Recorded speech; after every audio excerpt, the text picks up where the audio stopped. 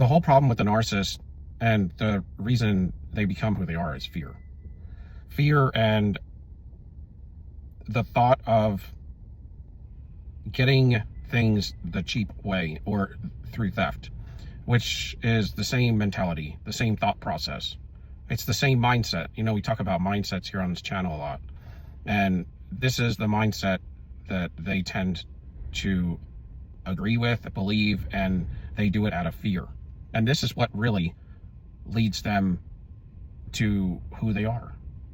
They believe there's always an easy button, or that they can take the shortcut, that there's an easy pill, that they can rob people, steal from people, lie to people, maneuver and manipulate, and fake things, wear a mask. And that is the mindset that is ingrained in their head.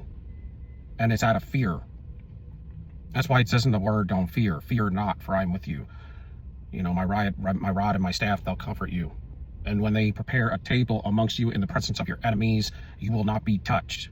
And you have to walk in the faith and believe in that. Because a lot of times when you watch all of this stuff on the news and all of these things that you hear, it's all fear-based. It's pumping fear into the societies of this world. And that fear keeps you in a fight or flight type process, or a process of not abundant and not in a love type mentality, thought process, mindset. And they do this on purpose because, well, that's what's running the world. The world system is run off narcissism. That's why it's such a secret. And it's out of greed. It's out of lust, and it's out of the takedown of humanity, not the propping up of. And until we learn that, and until we shut off all of these negative things that we're watching, listening to, and reading, are we going to understand what's really going on, the main scope of things, the macro version and vision of what they have entailed for your demise. And the narcissist runs it. So you have the hierarchy, the politicians, those are the successful ones. They're probably generational, and they have old money, and they have built fortresses around them, fortresses to prop them up. And they promote a certain narrative. And maybe they're in different sectors of the community or different sectors of government, and maybe, you know, they're in Hollywood and they're in church, they're everywhere, and they promote a certain narrative. And it's a body of the enemy. Just as Christ has a body, his church, his true church, his remnant, so the enemy is going to be the flip of him. So if Christ has a body, so does the enemy. And he does. And this is how it looks, this is how it works, and this is what it perpetuates. And when you fear all of these things, when you watch the news, when you watch all these things, and you're not living properly, then you're uncovered, you're not protected, and you're making bad decisions. You're living in a fear-based mentality. So you're out for yourself, similar to the narcissist. You know, they want to make you as much a narcissist as they can. If you're not going to become one, but if they can make you a toxic enabler or somebody who thinks in toxic ways to keep this vibration of this earth system low, if you can keep it vibrating low, what they do is when that fear is pumped out and you accept it, you receive it, you consent to it, you make covenants, contracts, and consents to it, and your boundaries are down because you're watching it and you're listening to it. You're looking at it for knowledge, wisdom, understanding, all these things. Then you are unprotected from that. You're unprotected from abundance, from love, from drawing in good things. So where does that energy go? Because everything becomes energy. That energy is funneled. It's funneled to the dark side. It's funneled, y'all. They funnel energy. Just as the narcissist takes energy from you on a micro level, meaning you and them, you have to know that on a macro level, systems of governments and all of these people in high places. This is the Ephesians 6:12, y'all. This is what Ephesians 6:12, this is what it is. You wrestle not with flesh and blood, but principalities, powers, and thrones in high places.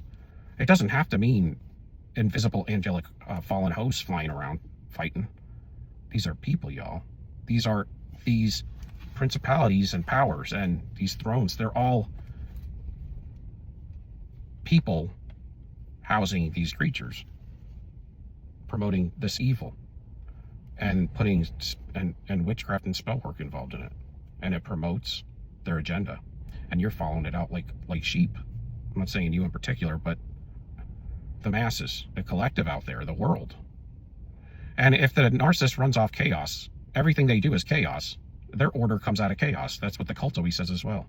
That's what witchcraft says and the cult says, and that's what everybody that sold their souls will tell you. They get order out of chaos. God is order to order. The enemy is order out of creating chaos.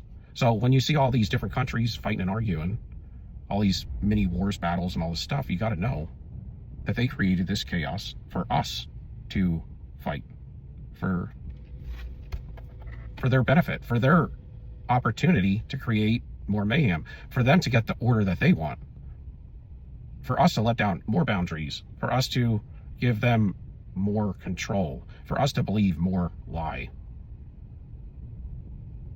What did the guys do with the talents? You know, that the landowner left one guy with 3 talents, one with 2, and one with 1. It wasn't how many talents they got left with, because they were going to all be abundant as long as they obeyed. And they used their talents to gain more talents in the word, right? And when he came back, there was the man with 1 talent. And what did he do? He said that you were a shrewd taskmaster. That's what he felt. But that was something that he imagined. And, but what the landowner really was he wasn't frivolous. That was the thing. He wasn't frivolous. He made good decisions. But he also knew there was going to be one out there that wasn't going to do well. That's why that guy had 1 talent. But he still gave him a chance. And it was just to show us through that parable exactly what's going on here. And he said out of fear, he buried his talent. He never used it. And he was going to dig it up when the landowner came back and gave it back to him. But the other 2, the one with 3 and the one with 2 talents, they doubled up. They quadrupled. They invested. They learned. They chiseled out some more talents so they could start their own thing, or to have a greater thing with the landowner, a greater investment with the landowner that was going to perpetuate goodness and help others. But the one with 1 talent would be as if the narcissist. They are so in fear, they can never get courage to take off the mask, to stop living a lie. And they are always in the belief that if they cheat and lie enough and manipulate enough, that they'll get away with some sort of riches, some sort of prosperity. But they're believing a, fantasy. If straight up and down is the truth, the fantasy is always just branching off into nowhere. Well, they're way over here. They have no truth in them. And at some point, they believe that fantasy of lying, cheating, stealing is going to bring them great fortune and whatever. That they lose themselves. And then they got a copycat. Then they got to use other people because they have nothing, no talents of their own. They buried them, and they buried them so long, they lost the official title of who they are, what they represent, what they were supposed to truly embody. They didn't use it, so they lost it. And that was their own opportunity, and that's why we have opportunity here. God wants us to make choices. He wants us to choose where we want to be and who we want to align with. And if we make the poor choice, then that's on us. That's what free will is. He doesn't want people in heaven that he forces to be in heaven. He wants people in heaven that want to be there, that align with his ordinances, his rules, his life, his abilities. They believe in him and he believes in them. Thank you for watching.